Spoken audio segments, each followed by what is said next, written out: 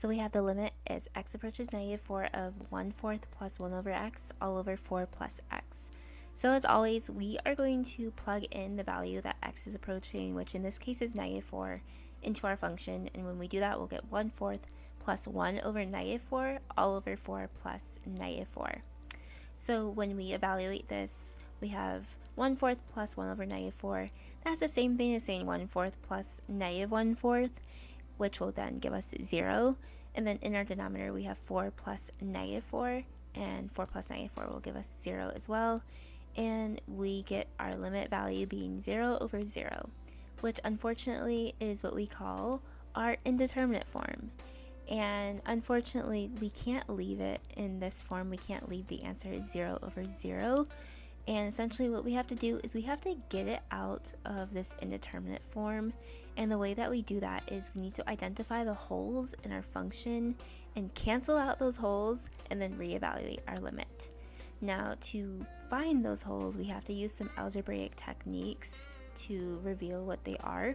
So in this case, if you look at our function, this is what we call a complex rational function, which means there's fractions within the fraction itself. As you see in our numerator, we have 1/4 plus 1 over x, but then it's all over 4 plus x. So we have fractions in our numerator, and then the function itself is a fraction.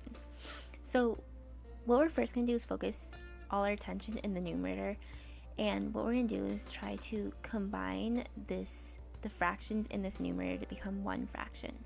Now, in order to add fractions, what we need to do is find a common denominator. So we have 1 over 4, so the denominator for the first fraction is 4, and then the denominator for the second fraction is x, so the common denominator for these two fractions will be 4x. So for the 1 over 4, we're going to multiply the top and bottom by x, and then for the 1 over x, we're going to multiply the top and bottom by 4. And when we do that, 1/4 times x over x will give us x over 4x, and then 1 over x times 4 over 4 will give us 4 over 4x. We'll be left with x over 4x plus 4 over 4x all over 4 plus x. Now that our numerator has a common denominator, we can combine this to become one fraction where it'll become x plus 4 all over 4x.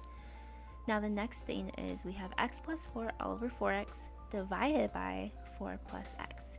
Since we are dividing our fractions, when we divide fractions, remember we can use what we call KCF, which stands for keep, change, flip. So I'm going to rearrange this to look like this to help us visualize this. So we have x plus 4 over 4x divided by, and remember 4 plus x as a fraction is just going to be 4 plus x over 1. So with keep, change, flip, we're going to keep the first fraction as it is, and then we're going to flip the sign from division to multiplication, and then we're going to flip the last fraction, 4 plus x over 1, to become 1 over 4 plus x. And when we simplify that, that'll give us x plus 4 all over 4x times 4 plus x. Now if you look in both our numerator and denominator, notice that we have x plus 4 in our numerator and then 4 plus x in our denominator. They look different, but they're actually the same. It's just they're arranged differently. But x plus 4 and 4 plus x are the same values, which means that this is our hole in our function. And remember, we want to cancel out our holes, so we're going to cancel these out. And when we do that, we'll be left with 1 over 4 times x.